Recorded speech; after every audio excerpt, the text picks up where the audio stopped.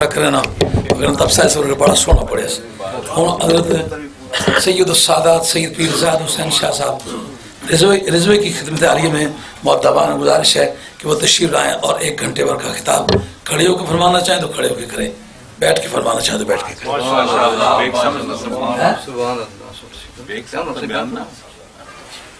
وہ وقتہ نہیں پابندی کر سوں تو کوئی نہیں کرنی میں بھی کری دسا نہیں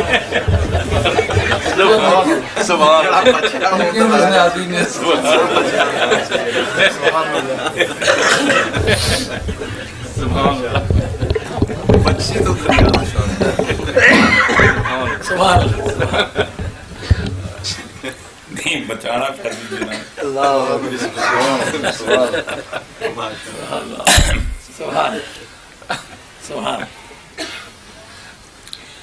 نحمدہ ونصلی علی رسول الکریم سبحان اللہ سبحان اللہ اما بعد فاعوذ باللہ من الشیطان الرجیم بسم اللہ الرحمن الرحیم قد جاءکم من اللہ نور و کتاب مبین سبحان اللہ سبحان صدق اللہ مولانا العظیم و صدق رسولہ النبی الامین الکریم ونحن علی ذالک من الشاہدین والشاکرین والحمد للہ رب العالمین سبحان اللہ سبحان اللہ ان اللہ و ملائکتہ یصلون علی النبی یا ایھا الذین آمنوا صلوا علیہ وسلموا تسلیما اللہم صل علی سیدنا محمد و علی سیدنا و مولانا محمد و بارک وسلم صلی علیہ۔ سیدی یا رسول اللہ وآلہ وصحبہ حضرات گرامی، سبحان اللہ طویل غیر حاضری کے بعد سبحان حاضری کا موقع میسر آیا۔ سبحان سبحان غیر حاضری ارادتاً نہیں تھی، مجبوراً تھی، میں یہاں تھا ہی نہیں تو اس لیے حاضری نہیں ہو سکی، سبحان سبحان کیونکہ ماہ رواں ربیع الاول شریف کا مہینہ ہے، سبحان اللہ آخری تاریخیں، سبحان اللہ تو مناسب خیال کرتا ہوں۔ میں پاکستان میں گیا وہ ذوالحج کے مہینے میں، اور پھر اسی دوران محرم الحرام کا مہینہ بھی شروع ہو گیا، تو مجھے اس بات کا افسوس تھا کہ کافی احباب کافی دوستوں کو میں نے یہاں وقت دیا تھا، تو میں یہ سوچتا رہا کہ شاید امام عالی مقام کی بارگاہ میں خراج عقیدت پیش کرنے سے محروم رہوں گا، سبحان لیکن خدا کے فضل و کرم سے اگرچہ انتہائی مصروف تھا، لیکن جہاں جہاں بھی گیا نا، جتنے دن میرا خیال ہے کہ شاید ہی وہ جتنے دن پاکستان میں رہا ہوں، کچھ چند دن اس میں سے منفی کیے جا سکتے ہیں، تقریباً مسلسل جلسوں کا سلسلہ ہی رہا اللہ تعالیٰ کے فضل و کرم سے۔ سبحان اللہ سبحان اللہ مناسب سمجھتا ہوں کہ سرکار کی آمد کے بارے میں کچھ گزارشات پیش کروں۔ سبحان اللہ سبحان اللہ سرکار دو عالم صلی اللہ علیہ وسلم کی حیثیت کو 3 عنوان پر تقسیم کیا جا سکتا ہے۔ سبحان اللہ ایک تو سرکار دو عالم صلی اللہ علیہ وسلم کی خلقت ہے، حضور کی، جب خدا بند قدوس نے حضور کو خلق کیا، پیدا کیا۔ سبحان اللہ ایک سرکار دو عالم صلی اللہ علیہ وسلم کی ولادت و سعادت ہے، اور ایک حضور کی بعثت ہے۔ سبحان اللہ یہ میں مناسب خیال کرتا ہوں کہ سرکار دو عالم صلی اللہ علیہ وسلم کی ولادت کے بارے میں گزارشات پیش کروں۔ سبحان اللہ سبحان اللہ حضور اکرم صلی اللہ علیہ وسلم کا ارشاد گرامی ہے، حضور خود ارشاد فرماتے ہیں کہ اولہم خلقن و آخرہم باسن۔ سبحان اللہ تعالیٰ نے تمام انبیاء کرام سے پہلے مجھے پیدا کیا، سبحان اللہ اور سب سے آخر میں مبعوث ہوا ہوں۔ سبحان اللہ تمام انبیاء کرام کے بعد میری بعثت ہوئی ہے۔ سبحان اللہ خدا بند قدوس نے اس کائنات کی ہدایت کے لیے، راہبری رہنمائی کے لیے 1,24,000 کم و بیش انبیاء کرام، رسول کرام بھیجے، سبحان سبحان جن میں 313 سبحان رسولوں کی تعداد ہے، باقی انبیاء کرام ہیں، سبحان اور 313 میں 5 وہ اولو العزم رسول ہیں سبحان کہ جن کو خدا بند قدوس نے اس لقب سے یاد کیا۔ سیدنا نوح علیہ السلام ہے، سیدنا ابراہیم خلیل اللہ ہے، سیدنا موسیٰ علیہ السلام ہے، سیدنا عیسیٰ علیہ السلام ہے، اور سرکار دو عالم صلی اللہ علیہ وسلم، اور ان اولو العزم رسولوں کے سب کے سرتاج سرکار دو عالم صلی اللہ علیہ وسلم کی ذات استودہ سے بات ہے۔ رسالت اور نبوت میں بارہا آپ نے فرق سنا ہے۔ رسول اس کو کہتے ہیں جو نئی شریعت لے کر، نیا دین لے کر آئے، نئی کتاب لے کر آئے، نیا قانون لے کر آئے۔ نبی اس کو کہتے ہیں جو سابقہ شریعت کی تبلیغ کرنے کے لیے آئے۔ عام طور پہ حضرات نے یہ بات درج کیا لکھی ہے۔ دوسرا فرق یہ ہے کہ رسول کے لیے ضروری ہے کہ جس قوم کی طرف رسول بن کر جائے، رسول کے آنے سے پہلے قوم کا موجود ہونا ضروری ہے۔ نبی کے لیے پہلے کسی کا ہونا ضروری نہیں ہے۔ اسی لیے علماء اکرام ارشاد فرماتے ہیں کہ سیدنا آدم علیہ السلام نبی ہیں، اور پہلے رسول آپ کے صاحبزادے سیدنا شیس علیہ السلام ہیں، جن کو خداوند قدوس نے قوم کی طرف بھیجا ہے۔ میں وہ حدیث پڑھی، اس کی وضاحت کے سلسلے میں یہ بات عرض کرنا چاہتا ہوں۔ سرکار دو عالم صلی اللہ علیہ وسلم سے یہ بات پوچھی گئی، یا رسول اللہ آپ یہ بتائیں کہ متى وجبت لک النبوۃ یا رسول اللہ، اے اللہ کے نبی یہ بتائیں کہ آپ پر نبوت کب واجب ہوئی، بالفعل آپ کب نبی بنائے گئے، اس منصب کا تاج کب آپ کے سر پر رکھا گیا۔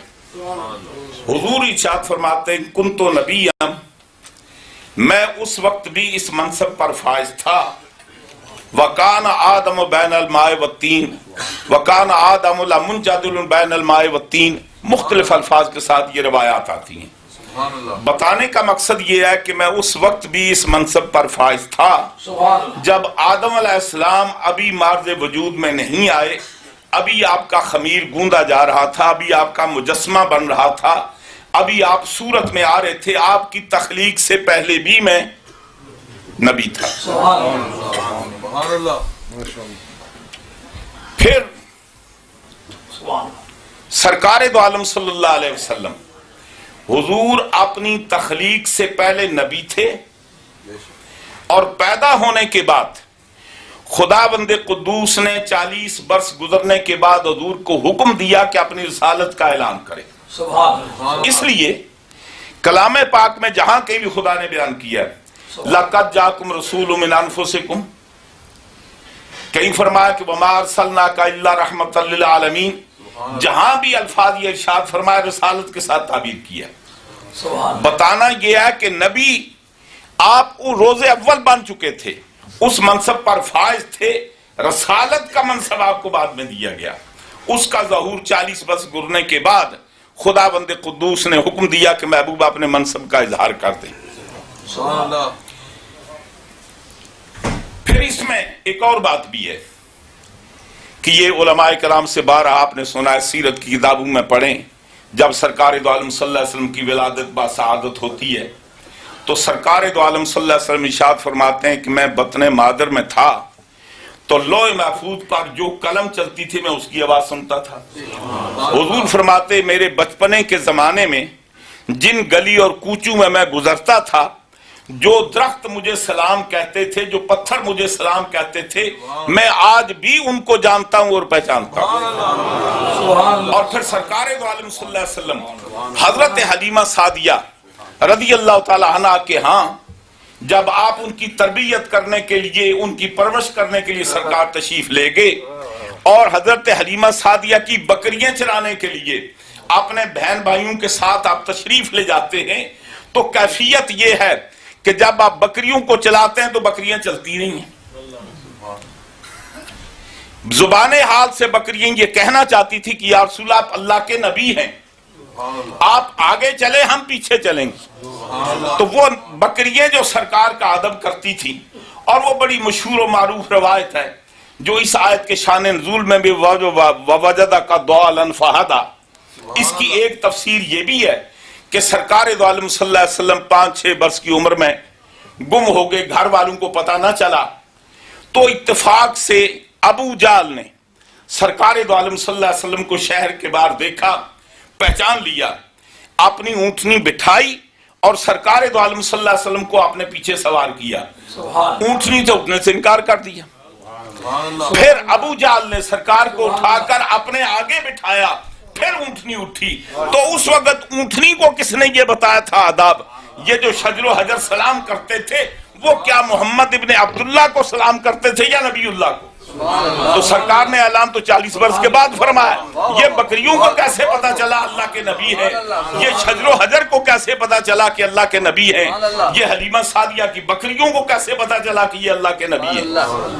اور ایک بات اور عرض کروں، حضور مولا کائنات روایت فرماتے ہیں کہ میں سرکار کے ساتھ ہوتا تھا بچپنے میں، 3 برس کی عمر میں حضور کی کفالت میں آئے، اور حضور کے اعلان نبوت تک، بلکہ اس کے بعد حضور کے وصال تک سرکار کے ساتھ رہے۔ آپ فرماتے ہیں کہ میں بھی ان پتھروں کو جانتا ہوں، ان درختوں کو جانتا ہوں، جب سرکار گزرتے تھے تو سرکار پر جو سلام کرتے تھے۔ بھائی حضور کے لیے، حضور تو پوری کائنات کی طرف نبی بن کر آئے، حضور تو شجر و حجر کی زبانیں جانتے ہیں، جانوروں کی زبانیں جانتے ہیں، ہر شے کی زبان جانتے ہیں۔ یہ حضور مولا کائنات کو کیسے پتا چل گیا یہ پتھر سلام کر رہا ہے، یہ درخت سلام کر رہا ہے؟ بتانا یہ ہے، سرکار فرماتے ہیں کہ میں اگر چاہوں، جس کو چاہوں اس کو بھی یہ ملکہ عطا کر دوں کہ وہ بھی جانوروں کی بولیاں سنیں اور سمجھیں۔ بات آگے بڑھانے سے پہلے ایک بات عرض کر دوں۔ سیدنا حضرت امام جعفر صادق علیہ السلام سے روایت ہے، حجر اسود کے بارے میں آپ فرماتے ہیں کہ یہ حجر اسود کب آیا، خانہ کعبہ میں کب فٹ ہوا؟ جب خدا بند قدوس نے تمام بنی نو انسان کو پشت آدم سے نکالا، نکالنے کے بعد ان کے سامنے اپنی ربوبیت کا پروگرام پیش کیا، فرمایا کہ الستو بربکم، کیا میں تمہارا رب نہیں ہوں؟ قالوا بلا، سب نے بیک زباں ہو کر کہ کیوں نہیں؟ سبحان اللہ۔ تو جب سب نے بیک زباں ہو کر کہا تو اس وقت وہ حجر اسود بھی موجود تھا۔ فرمایا کہ وہ قلم سے کہا کہ لکھ، وہ لکھ دیا گیا۔ لکھنے کے بعد اس پرچے کو، اس کاغذ کو حجر اسود کے منہ میں ڈالا گیا اور فرمایا کہ اس کو اپنے اندر محفوظ کر لے۔ تو حجر اسود نے وہ نوشتہ جو تمام بنی نو انسان نے خدا کی ربوبیت کا اقرار کیا تھا، حجر اسود کے منہ میں ڈالا گیا۔ یہ تو ہے روایت۔ جو میں بات کرنا چاہتا ہوں وہ آگے ہے۔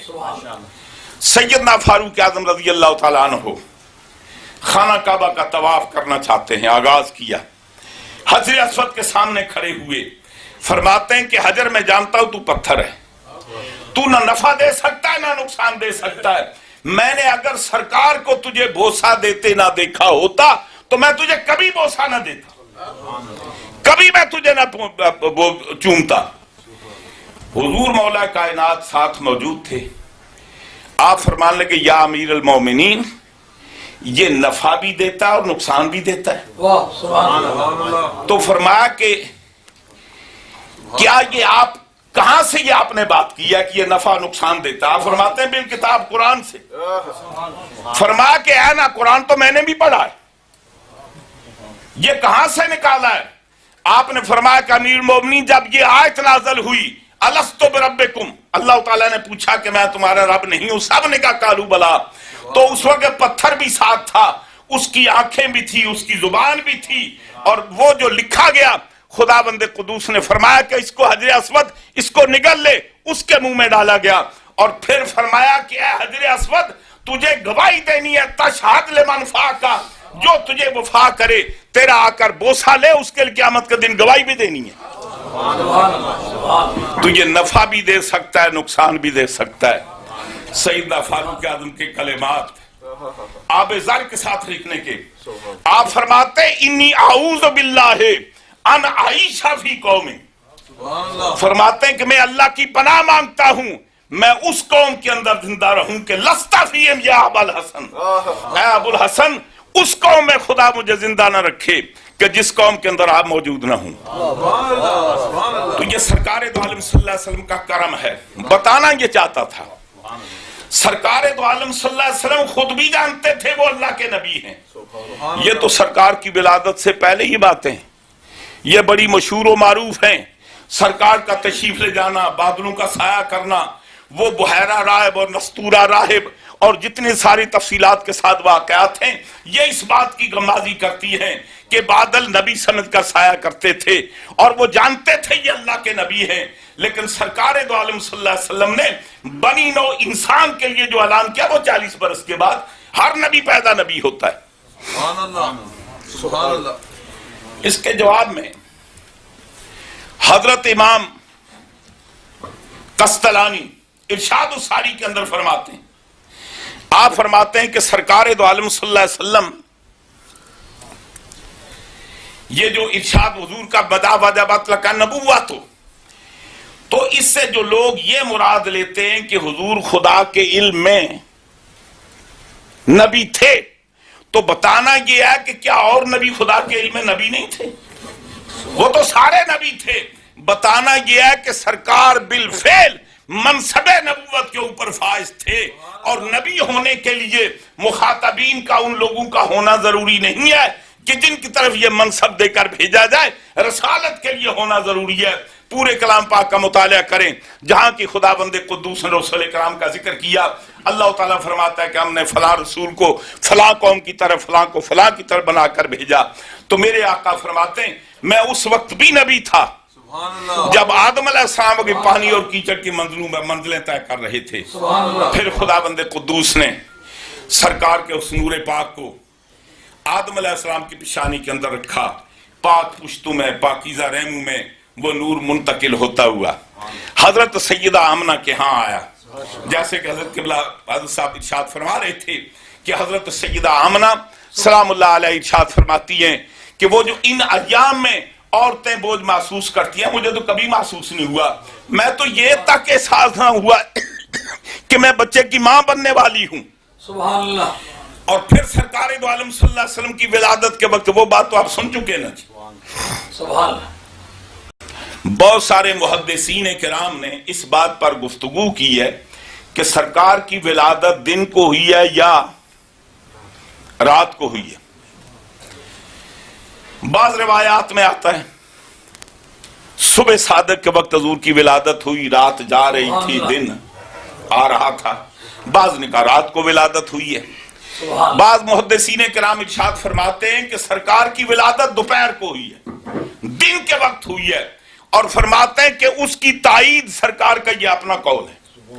جب حضور سے یہ پوچھا گیا یا رسول اللہ پیر کے دن روزہ کیوں رکھتے ہیں، حضور نے فرمایا فیہ ولدت و فیہ بعثت، فرماتے ہیں کہ شرعاً قرآن و حدیث کی روشنی میں دن کا اطلاق رات پر آتا ہی نہیں ہے، اس لیے کہ کوئی آدمی اگر یہ قسم کھا لے، مثلا عورت کے طلاق یہ کوئی قسم کھا لے کہ میں اگر دن کو فلاں چیز کھاؤں تو میری بیوی کو طلاق ہے، لیکن وہ رات کو کھائے تو طلاق نہیں ہوگی، اور روزہ دن کو شامل ہے رات کو نہیں۔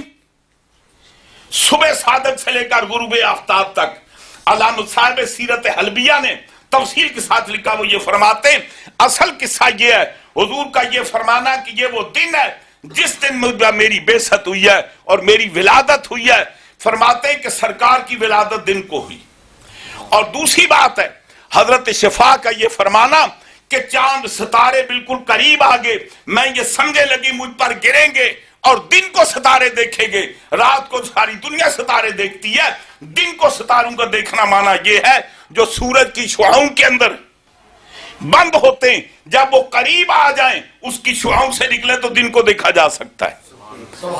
اور پھر ایک اور بات بھی عرض کرتے چلوں، مائی صاحب ارشاد فرماتی ہیں خرج منی نور، مجھ سے نور برآمد ہوا، اور اس نور کی وجہ سے قصور شاہ مجھ پر روشن ہوگی، میں نے ان کو دیکھ لیا۔ یہ اس بات کی غمازی کرتا ہے کہ اگر رات کی بات ہوتی تو حیثیت اور تھی، دن جب سورج اپنی پوری تابانی کے ساتھ چمک رہا ہے، سورج کی روشنی وہ کام نہیں کر سکتی جو میرے مصطفیٰ کے نور نے کیا۔ بتانا یہ ہے کہ سرکار کا نور چاند پر بھی غالب ہے، سورج پر بھی غالب ہے۔ تو سرکار دو عالم صلی اللہ علیہ وسلم کی ولادت دن کو ہوئی۔ علامہ بہقی فرماتے ہیں کہ یوم الفیل کے اندر ہوئی، این اس وقت ہوئی کہ جب ابرا اپنا ہاتھی لے کر، کچھ روایتیں اور بھی آتی ہیں، سیدنا حضرت عبد المطلب جب تشریف لے گئے تو وہ جو سفید ہاتھی تھا انہیں سجدہ کیا اور سرکار کی پیشانی میں چمک رہا تھا.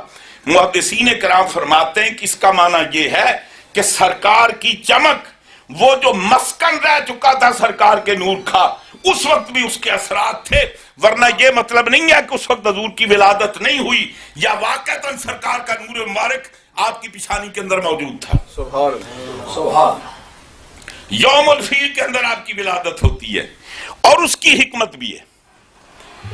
بہت سارے وجوہات ہیں.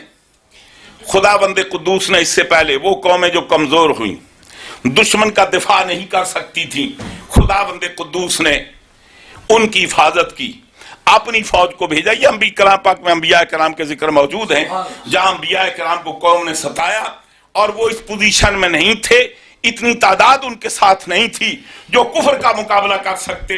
کسی پر اللہ نے مینڈکو کا عذاب نازل کیا، کسی کو شکست دینے کے لیے اللہ تعالیٰ نے کھٹمل بھیج دیے، کسی کے لیے اللہ نے جوئیں بھیج دی اور کسی پر آسمان سے پتھر برسے، کسی پر کالی آندھی آئی.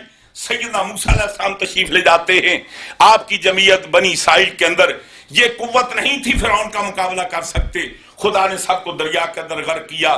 نوح علیہ السلام کے جو مخالفین تھے سب کو سیلاب کے اندر غرق کر دیا. لیکن خانہ کعبہ پر حملہ کرنے کے لیے جب ابرا کا لشکر آیا، خدا بند قدوس نے ابابیل بھیجے. صرف اپنے گھر کی حفاظت مقصود نہیں تھی. اگر ابرا کامیاب ہو جاتا تو نتیجہ یہ ہوتا جتنے اہل مکہ ہیں ان کو اپنے غلام اور کنیزیں بنا لیتا. سرکار کی ولادت ہو چکی تھی اور خدا بند قدوس یہ نہیں چاہتا تھا کہ کسی طریقے سے میرے سرکار کے خاندان پر غلامی کا داغ آئے.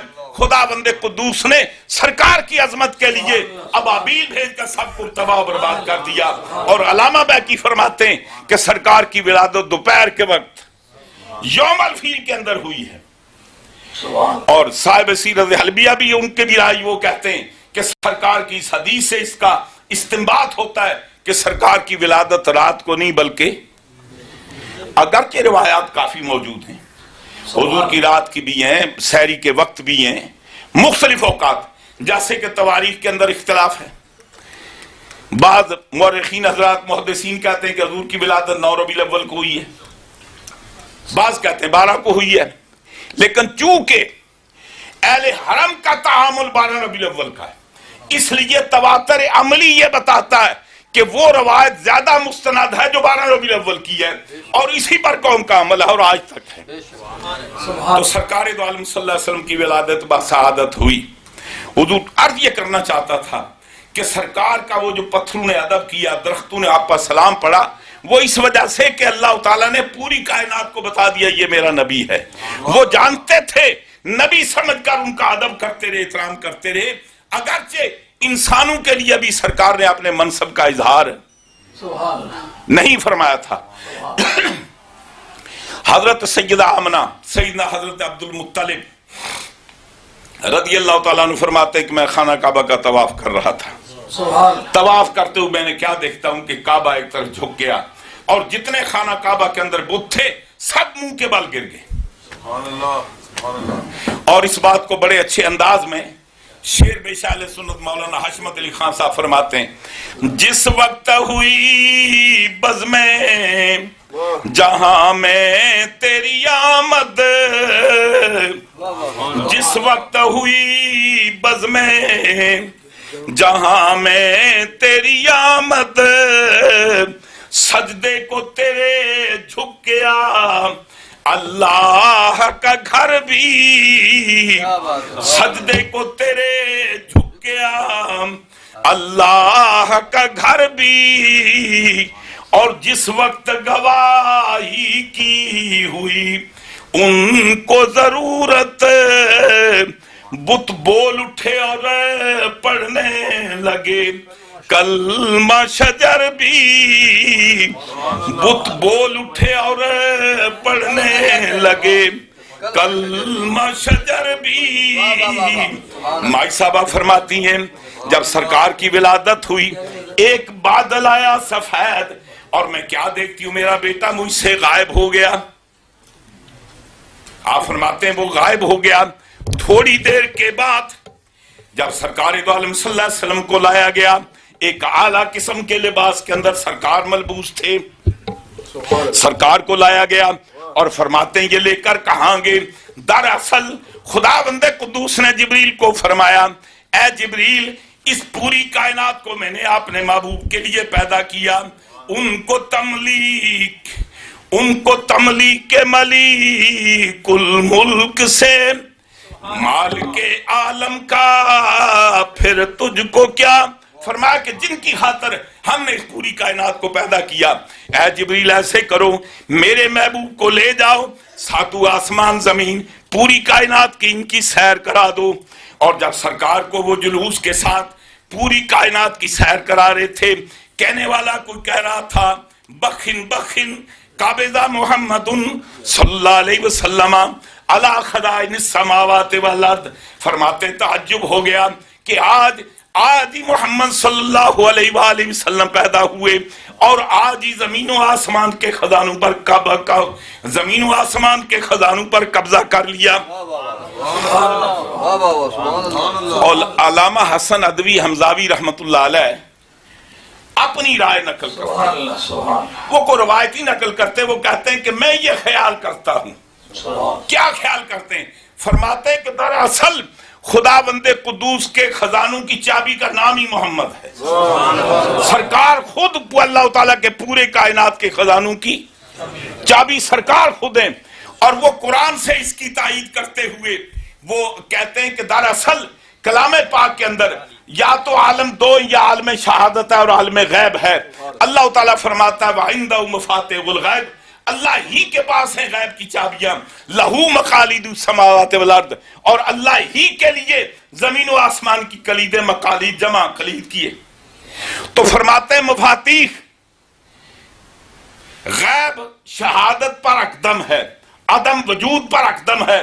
فرماتے ہیں کہ پہلے خداوند قدوس نے فرمایا وَعِندَهُ مَفَاتِحُ الْغَیْبِ، مفاتح کا پہلا حرف لے لیں، آخری حرف لیں میم اور ہے.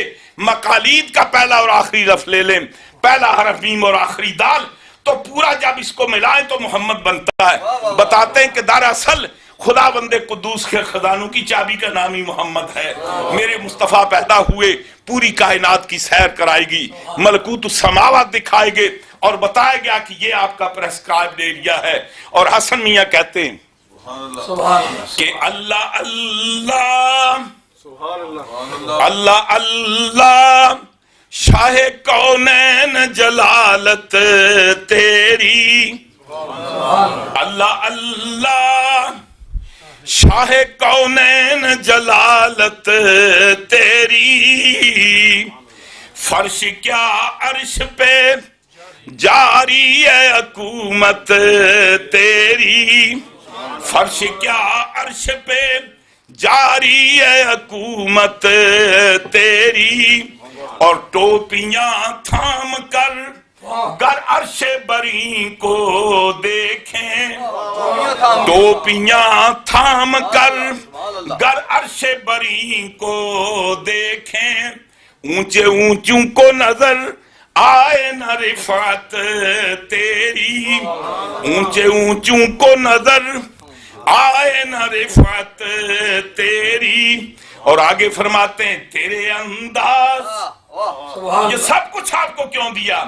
تیرے انداز یہ کہتے ہیں کہ خالق کو تیری، تیرے انداز یہ کہتے ہیں کہ خالق کو تیری، سب حسینوں میں پسند آئی ہے صورت تیری، اور سب حسینوں میں پسند آئی ہے صورت تیری. اور پھر صورت کا نقشہ دوسری جگہ کھینچتے فرماتے ہیں درد و دکھ بھول گئے، درد و غم درد و دکھ بھول گئے معاشر کی مصیبت والے، اور غم کسے یاد رہے دیکھ کے صورت تیری، غم کسے یاد رہے دیکھ کے صورت تیری، اور پھر کیوں نہ ہو مجمع حشر میں، مجمع حشر میں گھبرائی ہوئی پھرتی ہے، مجمع حشر میں گھبرائی ہوئی پھرتی ہے، ڈھونڈنے نکلی ہے مجرم کو شفاعت تیری، ڈھونڈنے نکلی ہے مجرم کو شفاعت تیری، موت آ جائے، موت آ جائے مگر آئے نہ دل کو آرام، موت آ جائے مگر آئے نہ دل کو آرام، دم نکل جائے مگر نکلے نہ الفت تیری، دم نکل جائے، نعرہ تکبیر، نعرہ رسالت، نعرہ حیدری، فخر اسلام، دم نکل جائے مگر نکلے نہ الفت تیری۔ تو عرض یہ کر رہا تھا سرکار دو عالم صلی اللہ علیہ وسلم اس پوری کائنات کو پیدا کرنے کے بعد خدا بندے قدوس نے اپنے محبوب کے لیے پیدا کیا، اور میرے امام کہتے ہیں، آپ ارشاد فرماتے ہیں فرش کیا عرش پہ، آپ ارشاد فرماتے ہیں کہ صرف فرش زمین ہی نہیں، عرش پر بھی یا رسول اللہ آپ کے جھنڈے لہرا رہے ہیں۔ میرے آقا ارشاد فرماتے ہیں فرش والے تیری شوکت کا علو کیا جانے، فرش والے تیری شوکت کا علو کیا جانے، خسروا عرش پہ اڑتا ہے پھریرا تیرا، خسروا عرش پہ اڑتا ہے پھریرا تیرا، کیوں پاس مالک کے جو شے ہے وہی محبوب کی ہے، پاس مالک کے جو شے ہے وہی محبوب کی ہے، کیونکہ محبوب و محب میں نہیں میرا تیرا، کیونکہ محبوب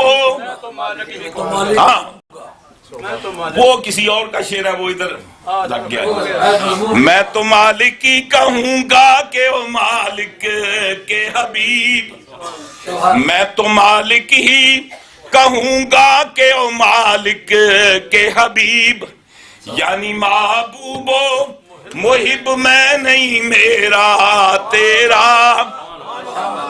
میرے آقا پیدا ہوئے، پوری کائنات کا حضور کو دور کرایا گیا، سیر کرائی گئی، سرکار دو عالم صلی اللہ علیہ وسلم کو بتایا گیا یہ پوری کائنات آپ کے لیے پیدا کی گئی، اور اعلیٰ حضرت فرماتے ہیں وہ جو نہ تھے تو کچھ نہ تھا، وہ جو نہ تھے تو کچھ نہ تھا، وہ جو نہ ہوں تو کچھ نہ ہو، جان وہ جہان کی جان تو جہان ہے، جان وہ جہان کی جان تو جہان ہے، اور ہے انہی کے دم قدم سے باغ عالم میں بہار، ہے انہی کے دم قدم سے باغ عالم میں بہار، وہ نہ تھے عالم نہ تھا،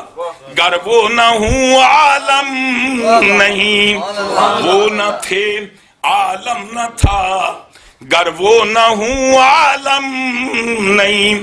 فرماتے ہیں یہ کائنات کے اندر تو تمہیں بہار نظر آتی ہے، یہ سرکار کے دم قدم سے ہے، اگر سرکار ہیں تو یہ کائنات موجود ہے، اگر میرے مصطفیٰ نہ ہوتے تو کچھ بھی نہ ہوتا۔ اور حضرت قبلہ عالم فرماتے ہیں،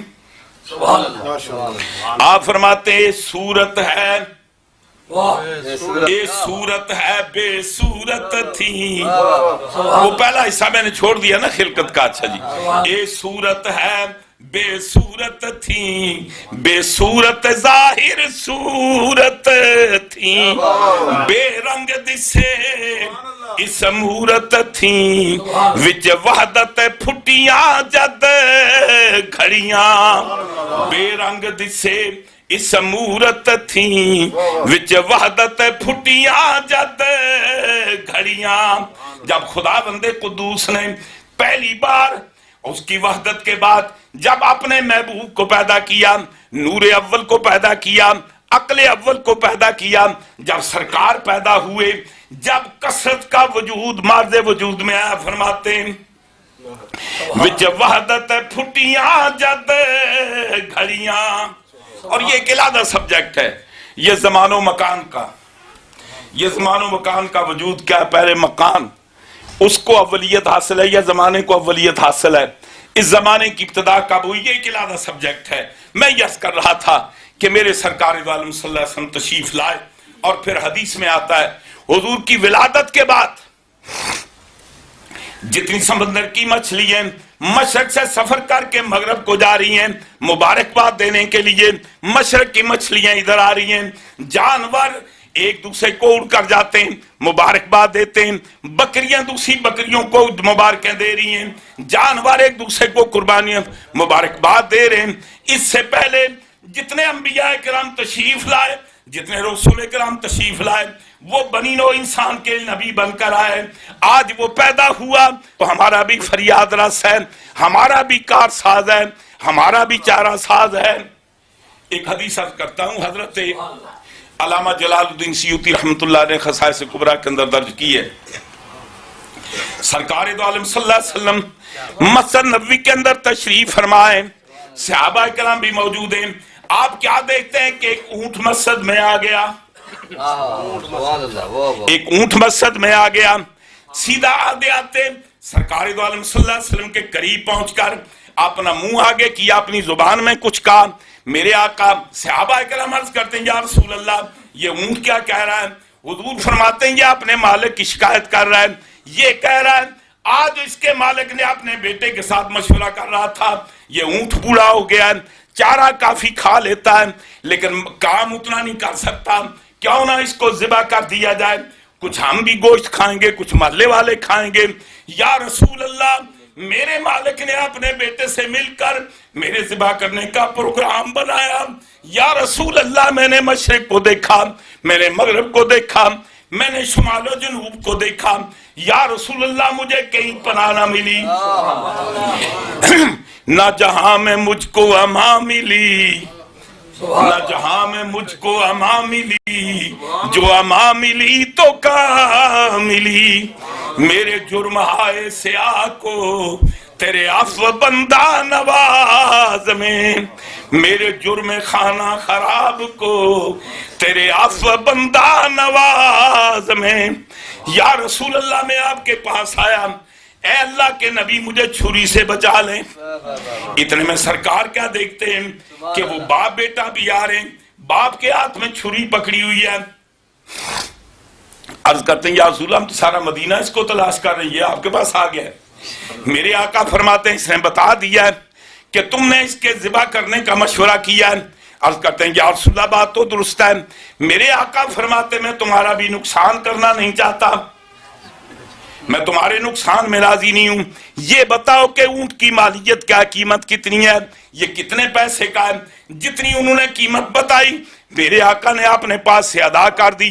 آپ نے فرمایا کہ اونٹ جا آج کے بعد تو میرا اونٹ ہے، اب موجے مار، بغیر موت کے اب تجھے کوئی چھری سے ذبح نہیں کرے گا۔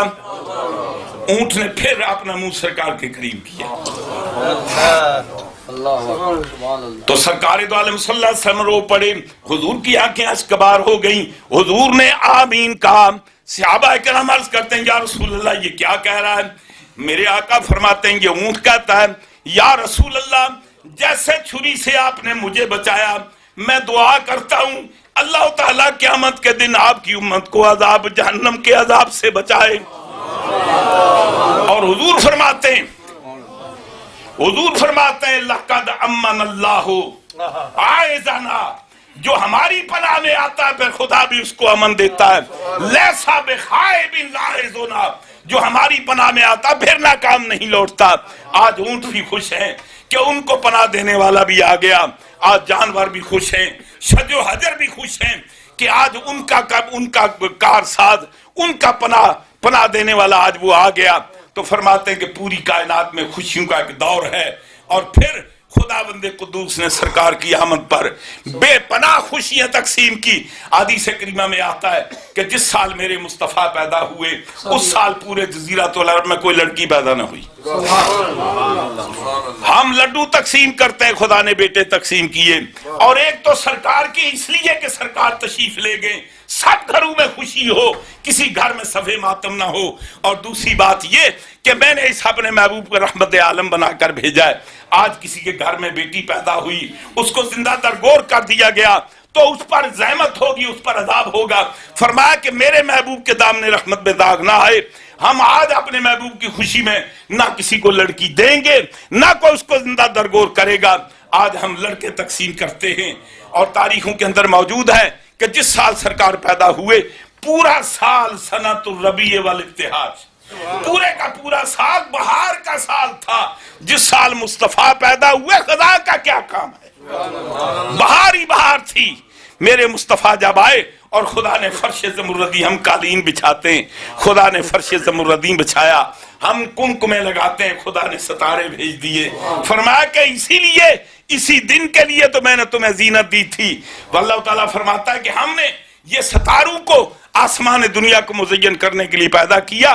فلسفہ یہی تھا کہ میرا محبوب آئے گا، اس دن تمہیں قریب جا کر اس کا استقبال کرنا ہے. تو سرکار کی آمد کے ساتھ بے پناہ ایسی چیزیں ظاہر ہوئیں. اور پھر میرے حقا سرکار دو عالم صلی اللہ علیہ وسلم کی جب ولادت باسعادت ہوئی، حضرت شفا فرماتی ہیں کہ سرکار مختون پیدا ہوئے، سرکار مقتول سرہ پیدا ہوئے. حضور کا ناف مبارک کٹا ہوا تھا. بتانا یہ تھا کہ بطن مادر میں جو تمہاری غذا ہوتی ہے وہ ہماری نہیں ہے. جب بطن مادر میں رہ کر اس غذا کے محتاج نہیں ہے تو دنیا میں آ کر بھی اس غذا کے محتاج نہیں ہے. ہم نے دنیا میں اگر کھایا ہے تو امام حجر اسقلانی فرماتے ہیں انما اکلا و شربا تعلیما لامتہ و تشریعا لہا. میرے مصطفیٰ نے اس لیے کھایا میری امت کو کھانا آ جائے، میری امت کو کھانا جائز ہو جائے. میرے مصطفیٰ بطن مادر میں رہے تو کسی بچے کی طرح نہیں. جب میرے آقا دنیا میں تشریف لائے تو کسی کی مثال کیسے ہو سکتے ہیں. حضور نے 12 خود فرمایا یکم مثلی، تم میں میری مثل کون ہے. ایک حدیث میں حضور فرماتے ہیں لستو کہیاتکم، میں تمہاری شکل میں بھی نہیں ہوں، تمہاری حیات میں نہیں ہے، تم میں کوئی میری مثل نہیں ہے. تو سرکار دو عالم صلی اللہ علیہ وسلم تشریف لائے. آپ کی تشریف آوری پر بے پناہ معجزات کا ظہور ہوا، بے پناہ اللہ تعالیٰ کی قدرتوں کا ظہور ہوا. اور سرکار کے آمد کے ساتھ پوری کائنات دنیا والوں کو بہت کچھ ملا ماں سوائے ایک کے. ایک کا نقصان ہوا. وہ کسی شاعر کا وہ شعر ہے، وہ کہتے ہیں نا کہ وہ کیسے نثار تیری چہل پہل پر، نثار تیری چہل پہل پر ہزار عید ربیع الاول. سوائے ابلیس کے جہاں میں سبھی تو خوشیاں منا رہے، سوائے ابلیس کے جہاں میں سبھی تو خوشیاں منا رہے ہیں. تو ایک کے سوا جو اس مشن پر ڈٹا تھا آج بھی اسی پر قائم ہے، اور آج اس کی اولاد بھی اسی پر اسی پر قائم ہے. ایک چھوٹی سی روایت کرنے بعد ختم کرتا ہوں. موسیٰ علیہ السلام تشریف لے گئے، کوئی طور میں جا رہے تھے، جنگل سے گزر ہوا، راستے میں رونے کی آواز آئی. کو بڑا سخت رو رہا ہے، چیخ رہا ہے، چلا رہا ہے. موسیٰ علیہ السلام قریب گئے، پوچھنے لگے بھئی یہ کون ہے. قریب جا کر دیکھا تو ابلیس رو رہا تھا. آپ فرماتے بھائیوں کی کہا ابلیس، وہ ابلیس تو کیوں روتا ہے. اس نے کہا آخر آپ کے اللہ کے نبی ہیں، آپ کو پتا ہے کہ ہزاروں برس کروڑوں برس اللہ تعالیٰ کی بارگاہ میں قرب میں گزارے ہیں، اور وہ جو مجھے مقام حاصل تھا تمام فرشتوں کے اندر رہتا تھا. اگر میرے سجدوں کو زمین پر تقسیم کیا جائے تو شاید کوئی زمین کا حصہ نہیں بچتا کہ جس کے حصے میرا سجدہ نہ آئے. آخر وہ بار بار مجھے وہ قرب کے دن یاد آتے ہیں، قرب کی راتیں یاد آتی ہیں، وہ منزلیں یاد آتی ہیں تو رو پڑتا ہوں. آپ اللہ کی بارگاہ میں جا رہے ہیں تو میری طرف سے یہ ایک درخواست کریں، کیا میری تو معافی کی بھی کوئی صورت ہو سکتی ہے؟ موسیٰ علیہ السلام بہت خوش ہوئے، فرمانے لگے اگر یہ بے ایمان راہ راست پر آ جائے نا تو اللہ تعالیٰ کی ساری مخلوق بچ سکتی، بالکل ستے خیرہ. موسیٰ علیہ السلام اللہ کی بارگاہ میں حاضر ہوئے، جو کچھ تھا اور وہ اس کا بات ہی بھول گئے. بھائی مجھے کو ملا تھا، کسی کا پیغام تھا. اللہ تعالیٰ یاد کراتا ہے کہ موسیٰ کو کسی کو راستے میں ملا تھا، کسی کا کوئی پیغام. کہتے ہیں ہاں باری تعالیٰ وہ ملا تھا. کیا کہہ رہا ہے کہ مولا وہ بڑا پریشان ہے، بڑا رو رہا ہے، آؤ بکا کر رہا ہے، گریہ زاری کر رہا ہے، تو مہربانی کر اس کو معاف کر دے. سوچتے تھے اگر اس کو معافی ہو گئی نا تو پھر انشاءاللہ قیامت تک سب ٹھیک ٹھاک. اللہ تعالیٰ فرماتا نہیں وہ تو میرا بڑا مواحد ہے، بڑا تابعدار ہے، چپے چپے پر میری عبادت کی اس نے، میری اس کی ناراضگی کوئی نہیں. اس سے بڑا توحید پرست کون ہو سکتا ہے؟ تو صرف اس نے یہ کیا کہ میرے آدم کی تعظیم کو بجا نہ لایا، میرے نبی کی بارگاہ میں سجدہ ریز نہیں ہوا، میرے حکم کی نافرمانی کی، اور وہ بھی اس لیے کہ وہ کام تیرے کہنے سے بھی نہیں کروں گا جو شرک ہو. ہمارے کئی لوگ ایسے نا، ان کو قرآن و حدیث کی بات بتائے، کہتے ہیں وہ تو ہم بات قرآن و حدیث کی بھی نہیں مانتے کہ جس میں تو اصل ناراضگی تو مجھ سے نہیں ہے. بے ادبی اس نے آدم علیہ السلام کی کہ وہ اب موجود نہیں ہے، ان کا وصال ہو چکا ہے. اسے کہیں کہ ایسے کرے آج چلا جائے، وہ جو زندگی میں سجدہ نہیں کیا تھا آدم علیہ السلام کی قبر پر سجدہ کر لیں تو میرا معاملہ ٹھیک ہے ٹھاک. موسیٰ علیہ السلام بہت خوش ہوئے، کہنے لگے میں نے سوچا اللہ تعالیٰ تو مانے گا ہی، اس نے بڑے بڑے کرتوت کیے ہیں، اللہ تعالیٰ پتہ نہیں کتنی شرطیں رکھے گا، کتنی مشکلات پیش آئیں گی، اللہ تعالیٰ تو ویسے ہی مان گئے. واپس آئے تو ابلیس انتظار میں تھا. موسیٰ علیہ السلام کہتے ہو ابلیس صاحب مبارک کو بھی اللہ تو بڑا سوکھا مان گیا، یہ اس نے تو کوئی شرطیں ہی کوئی نہیں رکھی. آ کے کیا ہویا؟ آخر رب تعالیٰ فرماندا ہے کہ انہوں آدم علیہ السلام میری اتنی ناراضگی کوئی نہیں، بے آدم دی وجہ تو کو انبن ہو گئی. آدم علیہ السلام موجود نہیں ہیں تو انہوں نے قبراں تے سجدہ کر لے تو میں تو راضی. تو کہنے لگا کمال دی گل ہے، اور لانتی رہنا منظور، مردود رہنا منظور. اسی زندیاں نو سجدہ نہیں کیتا تو اللہ تعالیٰ قبراں تے بھیجدا ہے. بے ایمان اتنا اپنے موقف دا پکا ہے، آج تک قبراں تے نہیں جاندا، بالکل نہیں جاندا. تو بہرحال سرکار کے آنے کے ساتھ وہ ایک کی پریشانی ہوئی، ایک کو غم پہنچا تھا، اس کو خوشی نہیں تھی، باقی پوری کائنات میرے مصطفیٰ کے آنے پر خوش تھی. میرے آقا تشریف لائے، دنیا کو نعمتیں ملی، دنیا کو اللہ کا احسان ملا، امتنان ملا. اللہ تعالیٰ مجھے اور آپ کو سب کو جو کچھ میں نے گزارشات کی ہیں مجھے اور آپ کو اس پر عمل کی توفیق عطا فرمائے. تو ٹائم چھوڑتا ہے تھوڑے واسطے.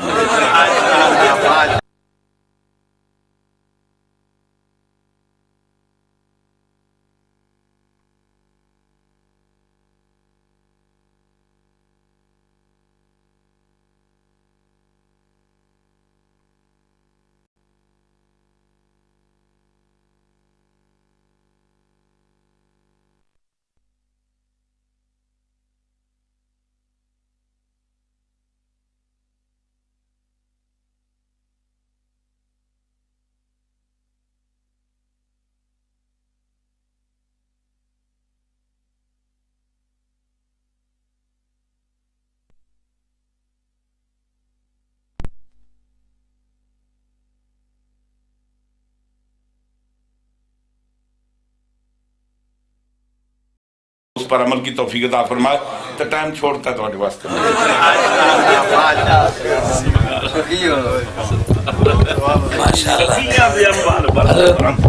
حضرت شاہ صاحب کا بیان بڑا جامع، مدلل، دلچسپ اور دلکش.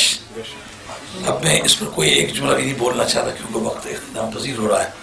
تو مولانا بیگ صاحب کا بیان وہ تشریف لاتے ہیں اور 11 بجنے میں 5 منٹ باقی ہوں گے تو وہ چھوڑ دیں گے تاکہ اس میں ہم سلام پڑھ لیں اور 11 بجے نماز پڑھ لیں، اس کے بعد لنگر تقسیم ہو جائے. اس بات تبصرے کے لیے تو اتنے خوبصورت فیلڈ ہے نا، یہ تقریباً اس کا متن مجھے یاد ہے. اگر کوئی دوسرا موقع مل گیا نا تو اس متن کو میں سامنے رکھ کے پھر تبصرہ کروں گا، خواہ وہ انگریزی میں یا اردو میں، لیکن دلچسپ ہوگا انشاءاللہ۔ اب مولانا دیکھ سکتے شروع دیجیے، بسم اللہ کیجیے۔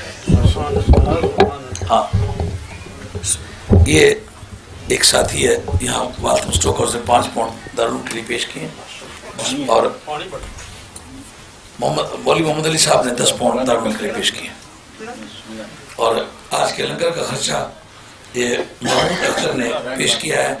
محمود اختر کی بیٹی بیمار ہے، اس کی صحت و عافیت کے لیے دعا کرنی ہے، اللہ اس کو بہت اچھی عمدہ صحت عطا فرمائے، شفا عاجل و کاملہ عطا فرمائے۔ یا اللہ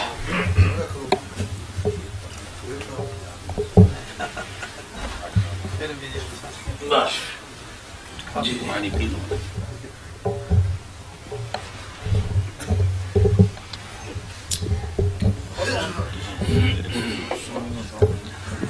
نحمده ونصلي ونسلم على رسول الكريم اما بعد اعوذ بالله من الشيطان الرجيم بسم الله الرحمن الرحيم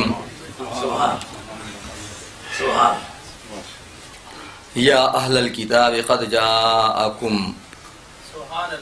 رسولنا يبين لكم كثيرا مما كنتم تخفون ويعفو عن كثير قد جاءكم من الله نور وكتاب مبين صدق اللہ مولانا العظیم ان اللہ ملائکتہ یصلون علی النبی یا ایہا الذین آمنوا صلوا علیہ وسلموا تسلیما اللہم صلی علی سیدنا مولانا محمد وعلی آل سیدنا مولانا محمد وبارک وسلم۔ ذوق سے دروشی پڑھیے الصلاۃ والسلام علیک یا سیدی یا رسول اللہ وعلی آلک وصحبک یا سیدی یا حبیب اللہ، الصلاۃ والسلام علیک یا سیدی یا رسول اللہ وعلی آلک وصحبک یا سیدی یا حبیب اللہ۔ حضور سیدی مرشدی ہمارے آقا نامت حضرت قبلہ عالم حضرت مفکر اسلام حضرات سادات اطہار علماء کرام بزرگان محترم برادران ملت اسلامیہ، اتنے زیادہ جامع انتہائی خوبصورت اور مدلل بیانات ہوئے ہیں، گفتگو کی گنجائش نہیں رہتی۔ سبحان اللہ۔ پہلے تو 2-4 منٹ میں اپنی صفائی بیان کرنی ہے۔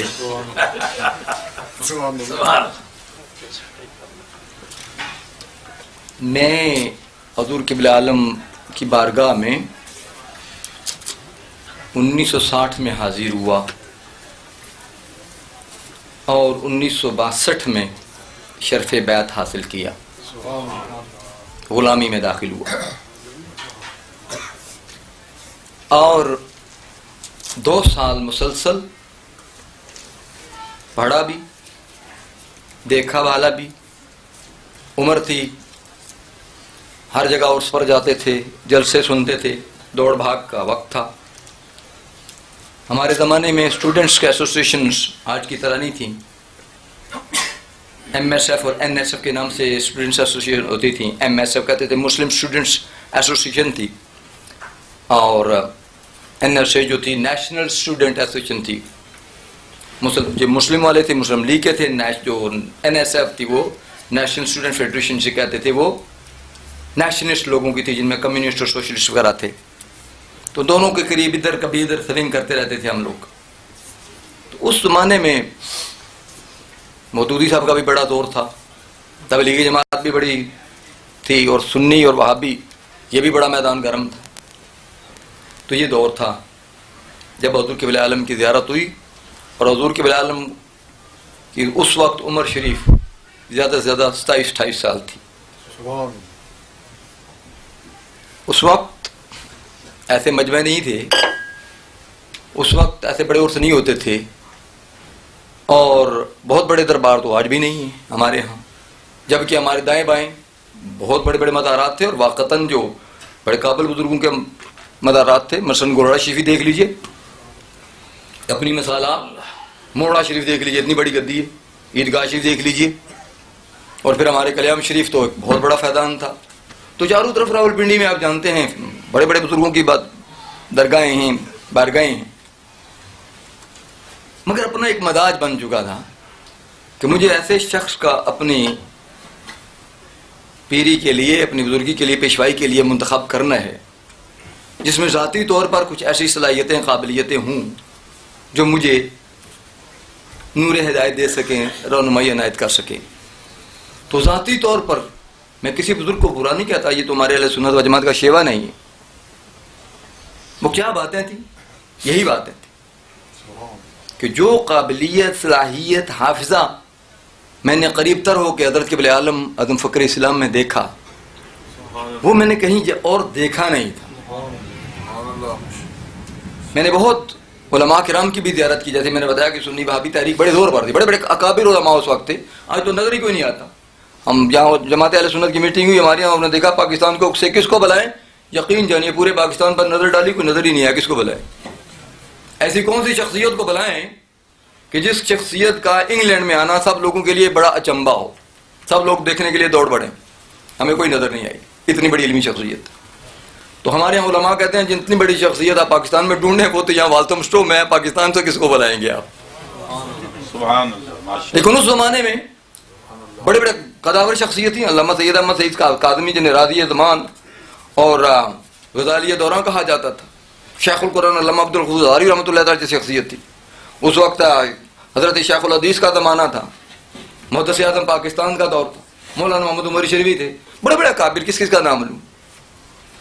مگر جو صلاحیتیں میں نے اس عمر میں، جو قابلیتیں ہیں، جو حافظہ، اس وقت ہم پڑھتے مثلا فارسی ادب میں کہانی سب سے مشکل تھا. حضرت صاحب سے پڑھتے تو حضرت صاحب کہانی کو اس طرح سے پڑھتے تھے جیسے ہم دونے 2 کا اور 3 کا پہاڑا پڑھتے. اس طرح فارسی ادب زبانی یاد. جب عربی میں ہم پڑھنا شروع کیا، حماسہ یہ نظم ہے، متنبی نظم ہے. حضرت صاحب یہ اشعار عربی کیسے پڑھتے؟ جیسے ہم اسکولوں میں نعت پڑھا کرتے تھے، ہم تو پڑھا کرتے تھے اس طرح پڑھا کرتے. تو میں تعجب ہوتا کہ خدا بند قدوس نے کتنی زیادہ صلاحیتیں، کتنی زیادہ قابلیتیں، کتنی زیادہ پروردگار نے فضیلتیں عنایت کر رکھی ہیں. تو ان چیزوں سے میں متاثر ہوتا گیا اور انتظار کر. حضرت صاحب فرماتے جاؤ بیت ہو جاؤ، فلاں جگہ جا کر بیت ہو جاؤ، فلاں جگہ بیت ہو جاؤ. میرے ساتھی سب بیت ہوتے رہے، میں نہیں ہوا. اور یہ شرف حاصل ہوا الحمدللہ کہ 1962 میں جب حضرت صاحب نے اعلان کیا کہ میں اب بیت کروں. صاحب بالکل بیت نہیں کرتے تھے. اور اب جیسے معمول ہے کہ 2 4 دفعہ تاریخیں دیتے ہیں، اس وقت 2 سال تک تاریخیں ملتی نہیں. مجھ سے بھی پہلے کئی لوگوں کو تاریخیں ملتی رہی.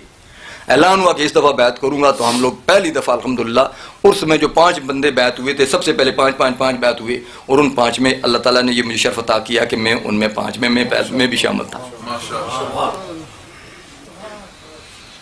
عرس جب شروع ہوا تو الحمدللہ یہ بھی شرف حاصل ہوا کہ عرس شروع ہونے کے، کیونکہ وقرسہ کے بعد حضرت قبلہ عالم قطب عالم پیر عالم شاہ صاحب کے جو پرانے مریدین تھے ان کے اسرار پر اس کا دوبارہ اجرا حضرت صاحب نے کیا.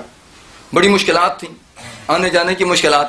الحمدللہ یہ بھی اللہ کا شرف حاصل ہے، یہ اللہ تعالیٰ کی طرف سے کہ اس وقت جو اس کے نہ صرف کے انظام و انصرام میں بلکہ خدمات میں، شرکاء میں بھی اللہ تعالیٰ نے شرف حاصل کیا. ان لوگوں میں میرا حصہ ہے، اللہ تعالیٰ نے اس میں شرکت کی، توفیق عطا کی. مگر یہ بات جو سب حضرات اس کے قائل ہیں، میرے ساتھی بھی اس بات کے قائل تھے کہ اللہ قدوس نے حافظہ حضرت قبلہ عالم فخر اسلام کو ایسا عطا کیا کہ کتاب پڑھنے کے بعد بعض اوقات کتاب پڑھیں گے تو صفوں کے صفحات اللہ تعالیٰ کے فضل سے دماغ میں نقش ہوتے جاتے. اگر آپ ہمارے قبلہ عالم فخر اسلام میں اتنی زیادہ صلاحیتیں نہ ہوتی تو ہم کھلنڈلے لڑکے جلدی جلدی بیعت نہیں ہوتے. اس وقت کو اتنی زیادہ ہم زیادہ متقی بریزگار تھوڑی تھی. تو یہ حضرت صاحب کی صلاحیتیں تھیں جو انہوں نے قائل کیا. اور الحمدللہ وہ وقت 1962 ہوا، 1960 سے لے کر الحمدللہ صدی بدل گئی، 2003 ہے. خدا کا کرم ہے آپ بھی آپ کے قدموں میں کھڑا ہوں. دعا کیجیے اللہ تعالیٰ موت بھی انہی قدموں میں عطا کرے. اب آپ بتائیے انگریزی کی بات. ہمارے علماء کی ایک میٹنگ ہو رہی تھی، چند علماء موجود تھے، اس میں بھی موجود تھا. تو مجھ سے استفسار کرنے لگے سب کی بہت ساری باتوں کے بارے میں. تو ظاہر ہے کہ انہوں نے پتا ہے میں شروع سے خدمت میں ہوں. مجھ سے آگے جو تھے حضرت مولانا محمد اکبر چشتی ہوتے تھے، اللہ تعالیٰ جنت میں جگہ دے، بہت زیادہ خدمت گزار تھے حضرت قبلہ عالم کی. تو ان سے بھی ہم بہت کچھ سنتے رہتے تھے. تو ہمارے یہاں یہ بات چلی. تو میں نے پھر ان سے کہا بھائی آپ تو علماء کرام ہیں، آپ مجھے یہ بتائیے حضور غوث اعظم پیر پیر دستگیر کی سیرت میں ملتا ہے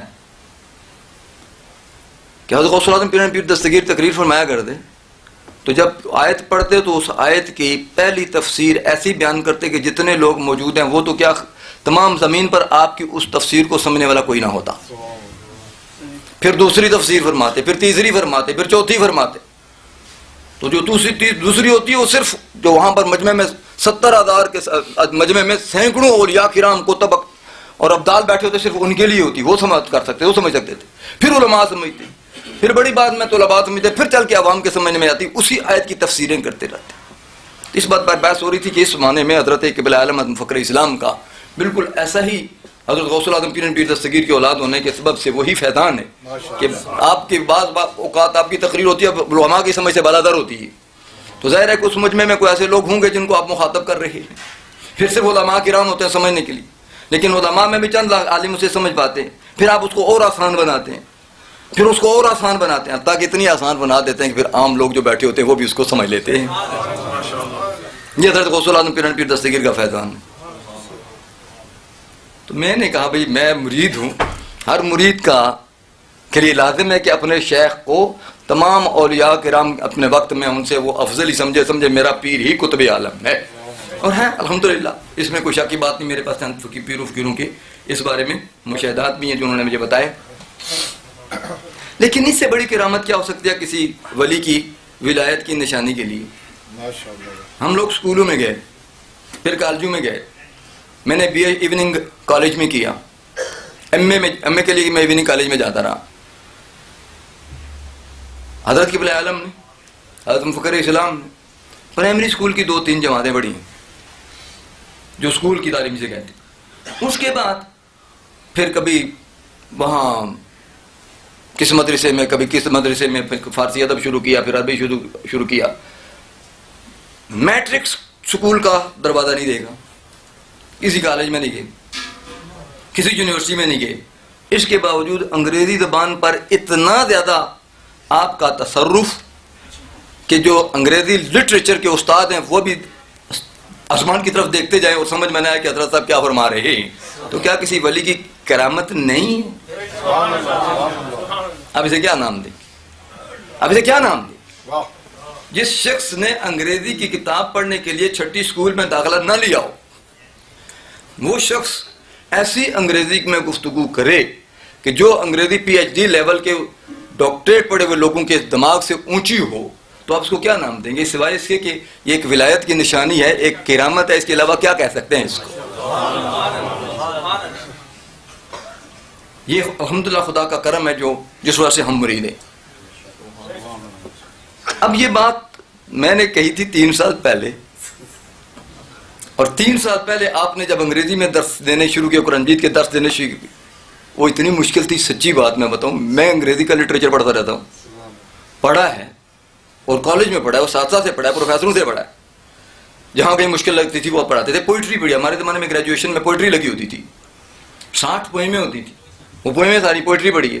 وہ کوئی پوئٹری کا اب باکس آف منٹ ابھی تک زبان پر چلتا رہتا ہے کہ یہ انسان کو انہوں نے فیکٹری بنا دیا کہ ایک باکس میں 1 منٹ میں ایک باکس اس وقت لگی ہوئی تھی. اب باکس آف منٹ 1 منٹ میں بکسا بار ہوتا ہے. بیچارے مصیبت پڑی ہوئی ہے کہ مشینسٹ کو اس وقت لگی ہوئی تھی. تو یہ اس وقت، لیکن حضور قبلہ عالم حضرت فخر اسلام نے چھٹی جماعت میں داخلہ نہیں لیا. ABCDEFGH جسے الفابیٹس کہتے ہیں، لیٹرز کہتے ہیں، کسی اسکول میں بیٹھ کر نہیں پڑھے، اور وہ شخص ایسی اصطلاحات اپنی زبان سے صادر فرمائے کہ جو انگریزی لٹریچر کا پروفیسر بھی نہ جانتا ہو، تو یہ اس شخص کی کرامت نہیں ہے. تو کیا کہہ سکتے ہیں؟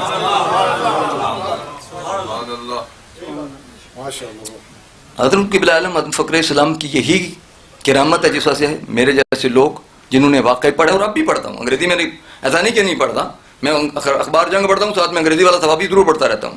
ہر روز اس کو دیکھتا رہتا ہوں. ایسا نہیں کہ 6 مہینے کے بعد کوئی کتاب کروں، اور کوئی کتاب برابر میں انگریزی آتی ہے وہ پڑھتا رہتا ہوں. قرآن مجید کی ٹرانسلیشن ساتھ ساتھ دیکھتا رہتا ہوں، حدیث کی ٹرانسلیشن دیکھتا رہتا ہوں.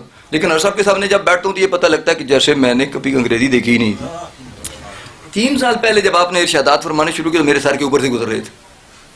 ہمارے ایک مولانا کے پتہ لگا جی فلاں صاحب فلاں جگہ پر مولانا بڑے زبردست عالم میں تقریر کرنے کے ہوئے. کہ واپس صاحب پوچھا ہم نے بھائی کل تقریر انہوں نے کہا جی ہاں گئے تھے. کہتی بہت خوبصورت تقریر، پھر بہت خوبصورت تھی. بھائی کچھ سمجھا بھی کہنی تقریر تو بڑی خوبصورت تھی پر سچی گل یہ آتی اتنی مشکل اردو پہ بولنے سے جی ماڑے سرے اوپر گزری گئی اتنی مشکل تھی کہ ماڑے سرے اوپر گزری گئی پر تقریر بڑی سونی سی. اب سر صاحب کے بیٹھے میں نے درس سنا. سچی بات یہ ہے کہ درس تو بڑا ہی جامع تھا لیکن بہت ساری باتیں جو ہے وہ سر سے اوپر گزر رہی تھی. اب میں کیا کرتا, میں نے سوچا کہ میرے جیسا آدمی, میں اپنی تعریف نہیں کرتا مگر پڑھتا رہنے والا, وہ اگر وہ شخص میں سر سے اوپر گزر رہی ہے حضور تھوڑی اس کو آسان کرے. اب پتہ نہیں کہ ہماری انگریزی اچھی ہو گئی ہے یا حضرت صاحب نے آسان انگریزی بولنا شروع کر دی ہے. میلاد شریف میں بھی الحمدللہ بہت خوبصورت تقریر تھی. صاحب نے تقریر کی تو ایسا پتہ لگتا تھا, اور جتنی بھی آپ نے ارشادات فرمائے ایسا پتہ لگتا تھا اللہ کے فضل و کرم سے کہ بالکل وہ دماغ میں اترتی جا رہی ہے, دماغ میں دل میں بیٹھتی جا رہی ہے. آج بھی جتنے آپ نے تبصرے کیے ہمارے علماء کرام میں میجورٹی ہے, یہ کوئی ایسی بات نظری کی نہیں ہے, میجورٹی ہے جن لوگوں نے دینی تعلیم کے ساتھ دنیاوی تعلیم حاصل نہیں کی, اسکولوں میں جانے کا, یونیورسٹی جانے کا موقع نہیں ملا, تو وہ علماء کرام بیچارے کہاں سے اکتساب فیض کر سکتے. مگر آج ایسی صاحب کی زبان سے صادر ہوئی تھی, میں دیکھ رہا تھا کہ بلا شاہ صاحب بڑے معزوز ہو رہے تھے. میں نے کہا سبحان اللہ, آج ہمارا مقصد پورا ہو گیا. اب یہ بات ہے کہ حضرت صاحب نے جس طرح سے اردو کے مشکل ترین باتوں کو ہمیں ایک دفعہ فرمایا کہ بھائی دیکھیے, ایک لطیفہ سنایا کہ کسی نے ہم سے پوچھا بھائی بتائیے کہ یہ جو یونیورسٹی ہے اس کا ترجمہ کیا ہے, تو ہم نے بتایا اس یونیورسٹی کا الجامعۃ العالیہ. کہتا جی یہ تشاجی سے تو زیادہ مشکل درجہ ہے کہ یہ تو یونیورسٹی تو زیادہ مشکل, الجامعۃ العالیہ سے یہ تو یونیورسٹی کا آکھنا سوکھا تھا, الجامعۃ العالیہ آکھنا یہ تو ہی مشکل ہے. تو ایسی اصطلاحات ہیں جن کا کوئی ترجمہ کریں گے ترجمہ اس سے بھی مشکل ہوگا. مگر یہ بات ضرور ہے کہ حضرت صاحب نے اب اسی انگریزی کی مشکل ترین اصطلاحات کو اتنے آسان انداز میں بیان کرنا شروع کر دیا ہے کہ جو ہمارے دماغوں میں اترتی جا رہی ہے. اب حضور یہاں بیان کرے, پارلیمنٹ بیان کرے, ٹی وی پہ بیان کرے, الحمدللہ آپ کی انگریزی ایسی ہے جو دلوں میں اترتی جا رہی ہے. میرا خیال ہے شاید ہماری بھی اتنی صلاحیت پیدا ہو گئی ہے کہ ہم اچھے طریقے سے سننے لگے ہیں. اور میلاد شریف سے متعلق میں نے جو آیت پڑھی ہے, اب میرے پاس صاحب نے فرمایا تو میں 10 منٹ میں 5 منٹ میں تقریر وہ بند کرنا چاہتا ہوں. قبلہ شاہ صاحب نے بھی اسی آیت پر پڑھا, حضرت صاحبزادہ سید مدد حسین شاہ صاحب نے بھی اسی پر گفتگو کی, سارے علماء قد جاءکم من اللہ. لیکن انہوں نے تقریر شروع کی, میں نے کہا اگر انہوں نے بیان کر دیا تو پھر میرے لیے تو میری گتی خالی ہو جائے گی. چلو انہوں نے میرے لیے مہربانی کر دی اور موضوع چھوڑ دیا. یا اہل الکتاب قد جاءکم رسولنا یبین لکم کثیرا مما کنتم تخفون من الکتاب ویعفو عن کثیر. اے اہل کتاب, آپ کی طرف آ گیا, تمہاری طرف آ گیا ہمارے رسول, یبین لکم کثیرا مما کنتم تخفون فی الکتاب, جو قرآن مجید میں, کتاب میں, قرآن مجید کیا تورات میں, تمہاری تورات میں, تمہارے اولڈ ٹیسٹامنٹ میں, نیو ٹیسٹامنٹ میں جتنی باتیں تھیں ان میں سے جن کو بہت زیادہ تم چھپاتے تھے, ان کی بہت زیادہ میرا رسول ان کو واضح کر کے بیان فرما رہے ہیں. ان سے بہت ساری چیزوں کو نبی صلی اللہ علیہ وسلم کھول کر بیان کر رہے ہیں. وَيَعْفُو عَنْ كَثِيرٍ, اور بہت سی باتوں سے نبی صلی اللہ علیہ وسلم درگزر فرما رہے ہیں. بہت سی باتوں سے درگزر, بہت ساری باتوں کو تو کھول کے بیان کر رہے ہیں, بہت سی باتوں سے درگزر کر رہے ہیں. اور اس کے بعد فرمایا قَدْ جَاءَكُم مِّنَ اللَّهِ نور, تحقیق آ گیا تمہاری طرف نور. تحقیق آ گیا تمہاری طرف. حضور کے بلال حضرت مفکر صاحب بہت پہلے اس پر ایک دفعہ گفتگو فرمائی تھی, میں اس طرف آپ کی توجہ دلا کندے مقرر کے لیے, ممکن ہے آپ حضرات نے پہلے یہ سماعت فرمائی ہو. سبحان اللہ. کہ پروردگار نے جب اہل کتاب کو مخاطب کیا تو ان سے یہ کہا کہ تمہاری طرف ہمارا رسول آیا, تمہاری طرف ہمارا, بولیے میں ایک نقطہ یاد رکھیں, تمہاری طرف ہمارا رسول آیا. یہ نہیں فرمایا تمہاری طرف ہماری کتاب آئی, یہ نہیں فرمایا تمہاری طرف ہمارا قرآن مجید آیا, بلکہ کیا فرمایا تمہاری طرف ہمارا رسول آیا. اور اس کے بعد فرمایا قد جاءکم من اللہ نور, یعنی تمہارے, اور پھر فرمایا کہ تمہاری طرف ہمارا نور آیا. مانا یہ نکلا کہ جس پروردگار جس پر اشارہ فرمایا ہے وہ رسول ہے, جس کو دوسری جگہ پروردگار نے فرمایا وہ میرا نور ہے. اس کے بعد فرمایا کتاب مبین, اور کتاب مبین بھی آئی ہے. معلوم ہوا اس نور سے مراد قرآن مجید نہیں ہے, اس نور سے مراد میرے اور آپ کے پیارے رسول محمد مصطفیٰ صلی اللہ علیہ وسلم. اعجاز القرآن, پروردگار نے اس کے بعد قرآن مجید کا ذکر ضرور کیا, لیکن پھر بھی قرآن مجید نے اپنے معجزے کو, اللہ تعالیٰ نے اپنے کلام کی برتری کو قائم رکھا کہ پروردگار نے رسول کا ذکر پہلے کیا اور کتاب مبین قرآن کا ذکر بعد میں کیا. میں اس دعاؤں کی بحث میں نہیں پڑھتا, لیکن صرف آپ کا اشارہ ادھر دیتا ہوں کہ پروردگار رسول کا ذکر پہلے کر رہا ہے اور کتاب کا ذکر بولیے بعد میں کر رہا ہے, اس لیے کہ پروردگار یہ بتانا چاہتا ہے کہ رسول پہلے آیا, کتاب. لہذا رسول کا معنی بھی، نور کا معنی بھی تم قرآن مجید نہیں کر سکتے کہ نور بھی قرآن مجید ہے اور کتاب مبین قرآن مجید ہے. یہ دونوں الگ الگ چیزیں ہیں. رسول پہلے آیا ہے اور 40 سال بعد تمہارے ہاتھ میں اس نے کتاب دے دی ہے. حضرت قبلہ عالم حضرت سید علامہ سید حسین شاہ صاحب ارشاد فرما رہے تھے کہ نبی صلی اللہ علیہ وسلم کی یہ جو میلاد جسے ہم کہتے ہیں یا حضور کی آمد جسے کہتے ہیں، اس میں 3 صورتیں ہیں. حضور کی خلقت ہے اور حضور کی ولادت ہے اور حضور کی بعثت ہے. ہمارا مولوی صاحب کہتا ہے جی حضور صرف بشر ہے، حضور صرف بشر ہے. ہم حضور کی بشریت کے قائل ہیں، لیکن اس کے ساتھ ہی ہم یہ سمجھتے ہیں، ہمارا ایمان یہ ہے کہ بشریت حضور کی 99 نہیں 313 نہیں بلکہ ایک تحقیق کے مطابق حضور کی 1000 صفاتی ناموں میں سے ایک نام ہے جس کو بشر کہتے ہیں. اس لیے کہ بشریت ہمارے رسول کی محتاج ہے، ہمارا رسول بشریت کا محتاج نہیں. اور یہ حضور کی خلقت اول جو ہے وہ اس پر دلالت کرتی ہے، جس پر حدیثیں موجود ہیں. ہمارے پاس جو حدیثیں ہیں ان کی کتابوں میں موجود ہے. مثلا مصنف عبدالرزاق میں آج کل انہوں نے نکالنے کی کوشش کر رکھی ہے. دیگر حدیثوں میں جو حدیث جابر جسے مشہور ہے، اب اس طرح سے مجمع لگا ہوا ہو حضور نبی پاک کی بارگاہ میں مدینہ منورہ میں، ایسی صورتحال پیدا ہو سکتی ہے کہ حضور کی مسجد میں افراد جمع ہوں اور حضور کا ایک صحابی حضرت جابر کھڑا ہو اور کہ یا رسول اللہ صلی اللہ علیہ وسلم اخبرنی عن اول شیء خلق اللہ تعالی، یا رسول اللہ یہ بتائیے سب سے وہ پہلی چیز جو اللہ تعالیٰ نے پیدا فرمائی. کتنا مشکل سوال ہے. دائیں بائیں تو لوگ کھڑے ہوں گے نا، ان کے کان کھڑے، کتنا مشکل سوال کرے. وہ پہلی چیز جو سب سے پہلے اللہ تعالیٰ نے پیدا فرمائی. میرے رسول کے لیے کوئی چیز مشکل نہیں ہے، اس لیے کہ میرے رسول اولین کا علم رکھتے ہیں، آخرین کا بھی علم رکھتے ہیں. حضور فرماتے ہیں یا جابر ان اللہ تعالیٰ خلق نور نبی کا قبل الاشیاء من نور ہی. اے جابر تیرے اللہ نے تمام اشیاء سے پہلے تیرے نبی کے نور کو اپنے نور سے پیدا فرمایا. اور اس کے بعد پھر فرماتے ہیں وَلَمْ يَكُنْ فِي ذَلِكَ الْوَقْتِ لَوْحٌ وَلَا قَلَمٌ وَشَمْسٌ وَلَا قَمَرٌ لَا أَرْضٌ وَلَا سَمَاءٌ. اور اس طرح سے حدیث آگے لمبی ہوتی ہے کہ اور اس وقت نہ لوح تھی، نہ قلم تھا، نہ سورج تھا، نہ چاند تھا، نہ زمین تھی، نہ آسمان تھا. کوئی شے نہ تھی جب تیرے نبی کو پروردگار نے اپنے نور سے پیدا فرمایا. میرے بھائی 2 منٹ میں بات ختم کرتا ہوں. بشر بنا 4 عناصر سے، بشر بنا 4 عناصر سے. 4 عناصر کون ہے؟ مٹی، پانی، آگ، ہوا. پھر بولیے مٹی، کہہ دیجئے مٹی، پانی، آگ، ہوا. مٹی، پانی، آگ، ہوا. مٹی ابھی پیدا نہیں ہوئی. بشر بنا ہے 4 عناصر سے. بشر بنا ہے 4 عناصر سے، مٹی سے، پانی سے، آگ سے، ہوا سے. ابھی مٹی نہیں بنی، میرے رسول موجود ہیں. ابھی پانی نہیں بنا، میرے رسول موجود ہیں. ابھی آگ نہیں بنی، میرے رسول موجود ہیں. ابھی ہوا نہیں بنی، میرے رسول موجود ہیں. معلوم ہوا یہ 4 عناصر کا محتاج بشر بعد میں بنا، میرے رسول پہلے کے بنے.